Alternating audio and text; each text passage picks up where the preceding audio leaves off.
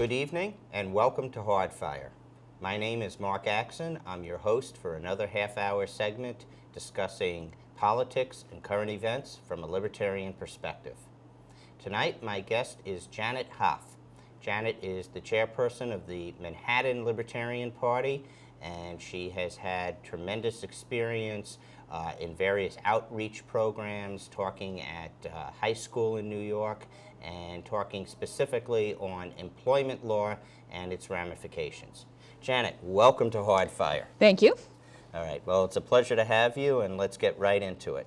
Tell me a little bit about your experience talking to the high school students in New York.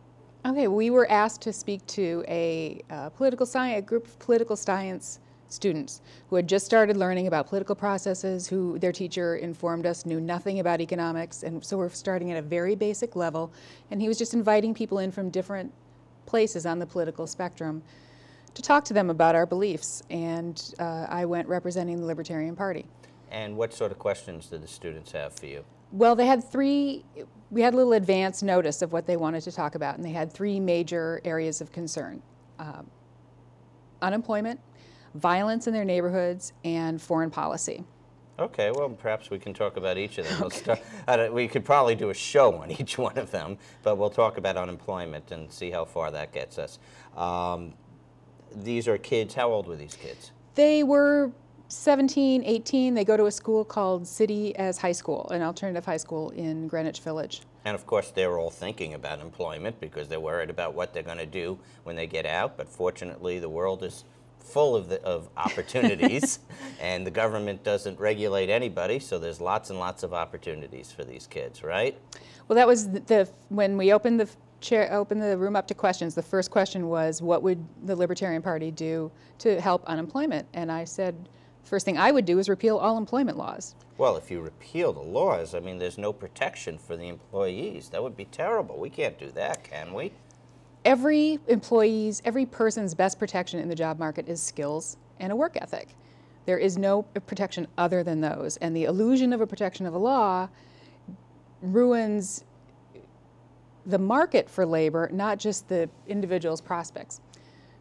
Specific to that audience, the high school kids, I said the number one law I would repeal, and what is devastating to everybody in this room, is minimum wage.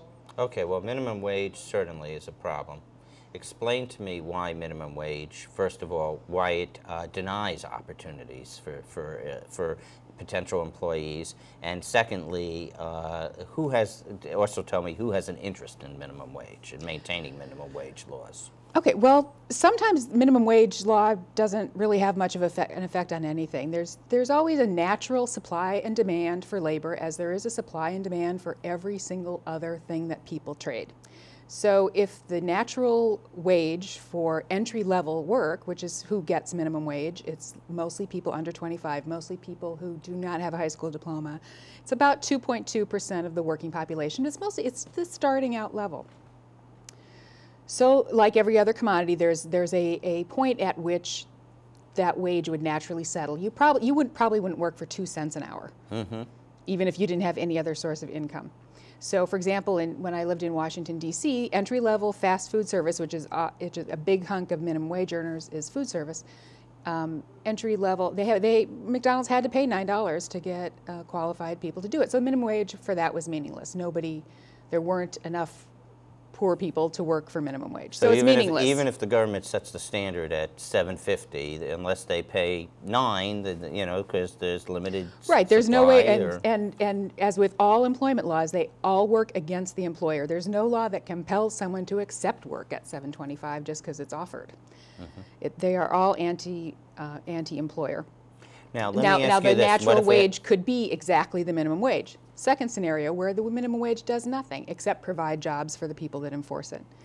The third situation, in which I guess is presumed to be the case, is that the natural wage would be somewhat below $7.25. What I was going to ask you is, what if there is a young immigrant family, and they've just come here, and they're desperate.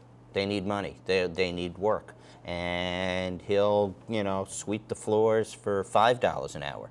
And, I'm a startup business, and I really, I'm watching every penny. And if I got somebody who's willing to come in and do, it's not the most exciting work, but it's necessary work, and it's something to earn a paycheck for until they can move up.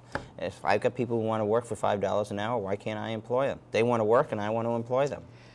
Well, you probably can employ them, but you're going to do it on the black market. Like everything else, we prohibit from being freely traded. And this is one of the problems that when people have problems with immigration, often it's problems with the black market for lower priced immigrant labor. And this creates a population not only that competes with American young people trying to start out, but also is highly exploitable because they're working outside the legal system. And therefore, they're taken advantage of by whom? We don't want this kind of vulnerability in any population, and it's always created when people are forced to work in a black market. For example, prostitutes get beaten up. They have no recourse to go to the police and to, say, enforce a contract if they don't get paid because police cannot enforce an illegal contract. The black market helps these people sort of at the bottom rung of the working world, makes them more vulnerable than they even already are. So they're vulnerable to attack from employers who might not honor their contractual obligation, even if it's an oral contract, or are they also vulnerable from other employees, from government, from just about anybody? They're just totally outside of any kind of redress processes that you and I would have access to. Okay, now the common argument, or one of the many arguments that you hear against disbanding with unemployment law, or disbanding with minimum wage, let's say, is that without that level of protection and that cushion and that minimum, we'll have people on the streets working for $2 an hour, and we'll have many people who will lose the benefits that they have earned because somebody else will steal their job, and there won't be any protection. And I think this argument comes a lot from unions. I think this argument comes a lot from entrenched powers that be that don't want to allow new startups to come in. What would the libertarian response to that be? Well, you bring up a good point. I believe wholeheartedly that the minimum wage absolutely is devastating for people that are starting out, and the people most likely to, if they're lucky, get a minimum wage job. But it is very good for certain groups of people. That is large businesses who are more able to absorb the cost, established businesses. It is so devastating for someone trying to start a business that it lessens competition for them. And although we know throughout human history that competition makes everything better and cheaper, nobody wants to compete. So given a chance, a lot of people will try to figure out ways to get the system to squash their competition.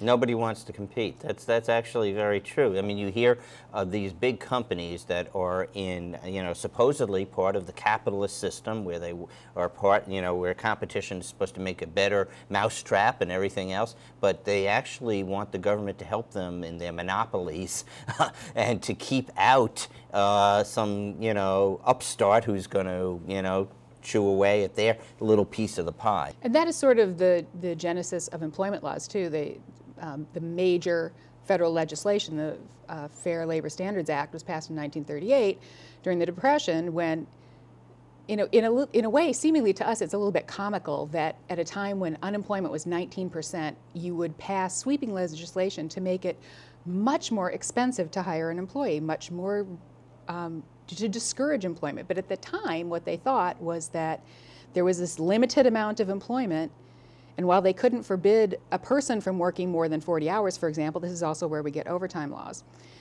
they could punish a company for giving someone more than 40 hours, more than their fair share of labor. So getting back to your hypothetical immigrant, let's say that he's not going to sweep my factory floor. Let's say he's going to work in fast food. He gets a job at McDonald's and he works 40 hours there, but that's not enough to support his family. So he's entitled. He is free to work more, but he has to go down the street to Burger King and he has to change his uniform and he has to learn a little different system, and wouldn't it be easier for him to just stay at McDonald's and work another 10 hours? But McDonald's the federal can't government pay him for 50 hours. has put a penalty in to prevent them from offering him that extra 10 hours. Even at a higher rate of pay or some benefit. It has removed the worker's right to choose their preferred employment. Okay, let's go to a different area within employment law. There's a lot of laws that are now enacted to protect various classes of employees. For example, there's the Family Leave Medical Act. If somebody is disabled temporarily, or if his or her spouse is disabled, now you can get time off. And or if you adopt a child, or if you have the birth of a child. Well, aren't Yes. those good things? I mean, in the best of all possible worlds, shouldn't employers permit their employees to have maternity leave, for example? You know, if I have a female employee and she becomes pregnant, shouldn't she be able to take some time off, have her child, and then come back to work knowing that she still has her job? I mean, why is that a bad thing for her to know she has her job? I mean, wouldn't it be evil and cruel of me to take her job away from her and give it to somebody else just because she went and had a child?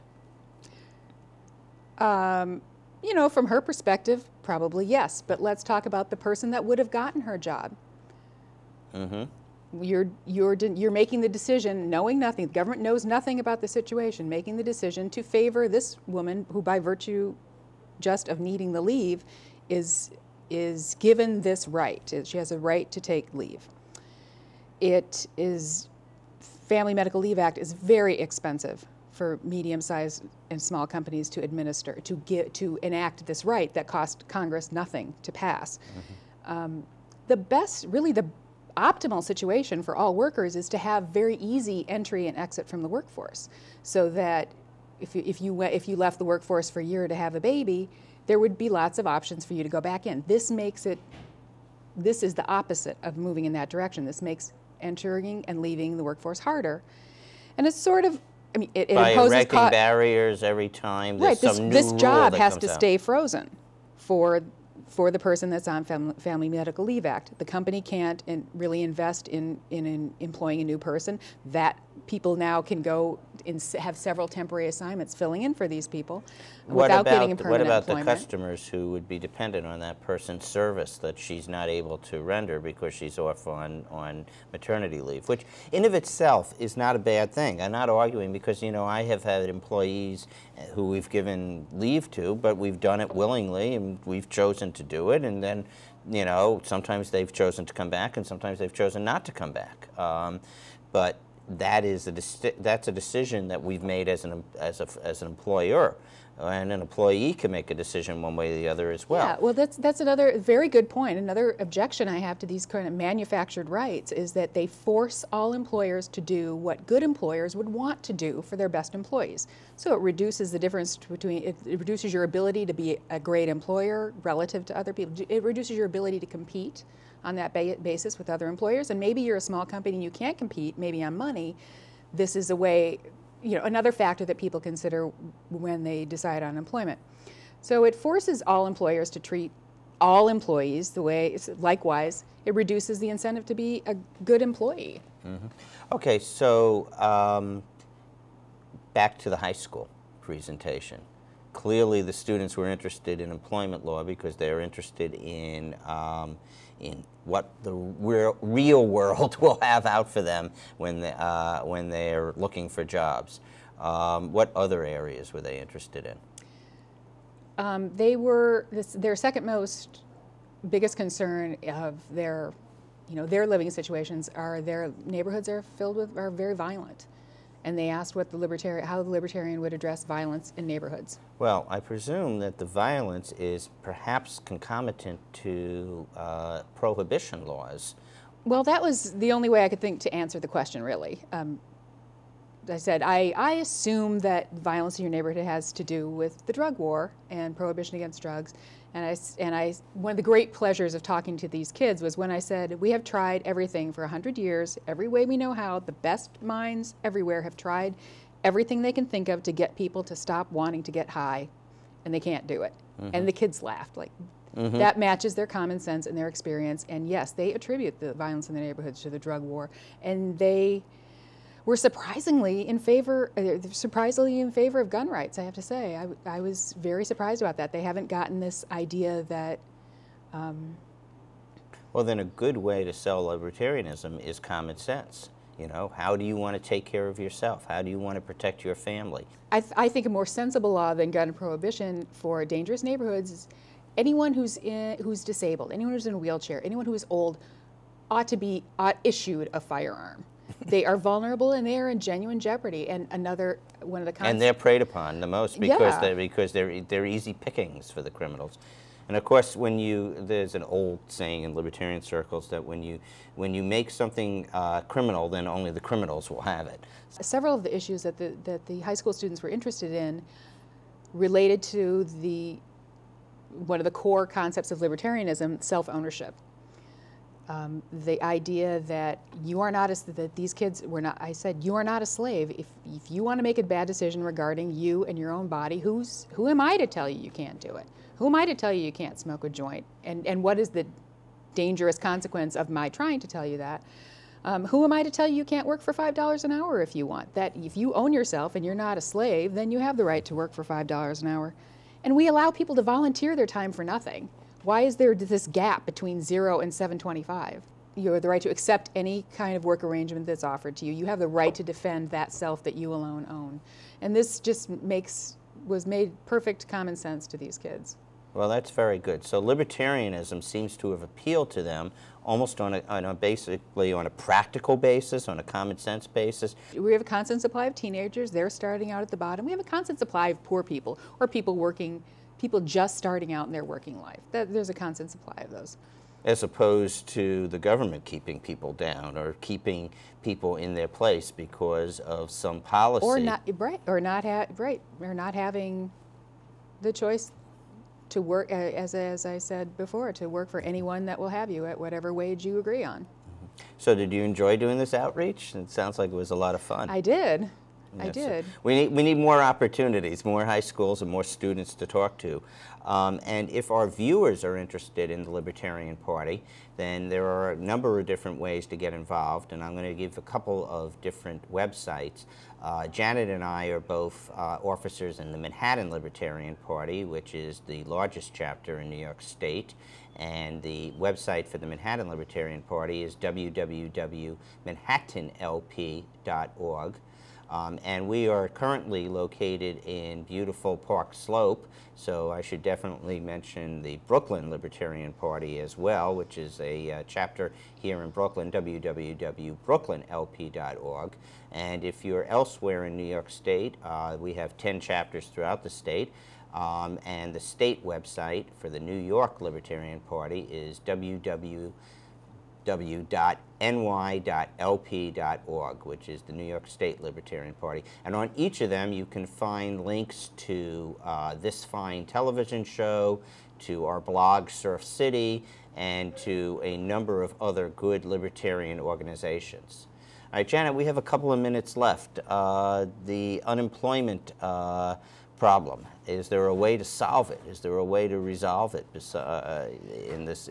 given the current structure that we have? I mean, the anarchist in each of us would say, well, just do away with all the employment laws. But is there a middle ground, a temporary fix that can happen? Well, who are we talking about? Whose fix is it? Whose problem is it? Well, who has an interest in having employment law in the first place? Who benefits from all there's these always, rules? I mean, there's a reason laws come into being and a reason they stay in existence. And the two groups that really are undying, gung-ho minimum wage supporters are members of Congress who will get on TV and talk about poor people and how they need their minimum wage raised to make decent livings for their family, and unions whose members generally make far above minimum wage, but who the higher minimum wage is, the less at a disadvantage the high union wage is competing in the market. And again, as I told these kids, competition makes everything better and cheaper, but nobody wants to compete.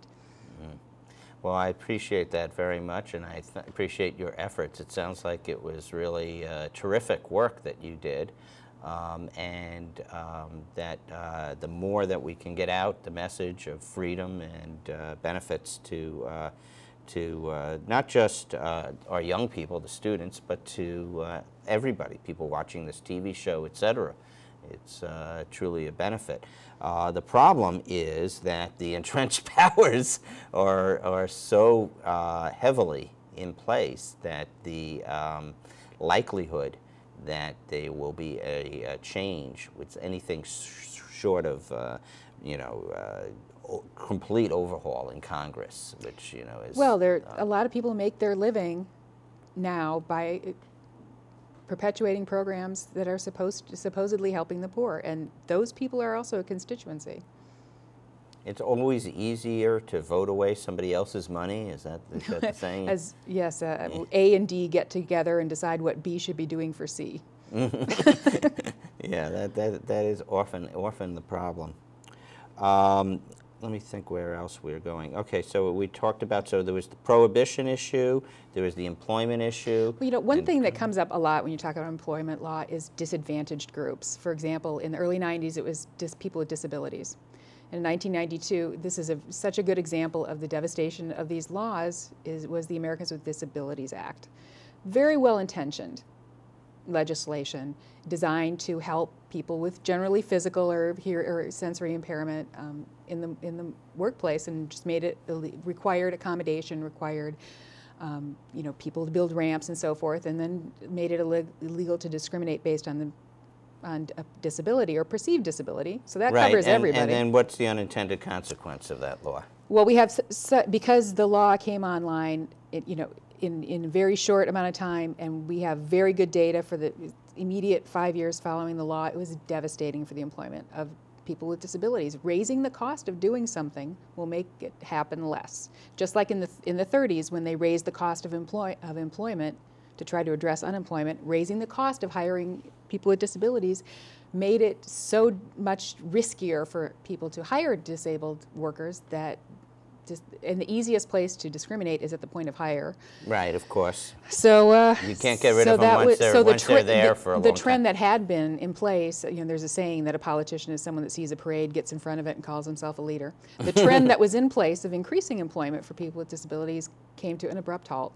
It absolutely shifted the other way with the Americans with Disabilities Act. And that, on a more spread out scale, is the effect of all employment laws, raising the cost of employment. So really the answer is to whittle away at these laws and to try to overturn as many of them as possible, or to limit their effect or limit their scope. If a person has any humanity at all for people just starting out, or discriminated groups or poor people, especially minimum wage is just devastating. It's an inhumane law, absolutely. Well, thank you, Janet. I very much appreciate your time with us. We'll be back in another minute after we have this segment from Dr. Steve Finger, the pointing finger. Hi, I'm Dr. Steve Finger, a practicing physician in Brooklyn, and I also write an occasional column for the Canarsie Courier, which is Brooklyn's oldest weekly newspaper. Most of you have heard about the administration's attempt to force Catholic institutions to give birth control, contraception, and contraceptive devices to all of their employees, which is considered to be a major sin by the Catholic Church. I think that should be changed, and my latest article is about that very same thing. I gave this talk, by the way, at several Catholic churches, and I thought that I should tell them in advance that I was Jewish, and I started off by saying, by the way, I think I should tell you in the interest of truth in advertising, I'm a Jew.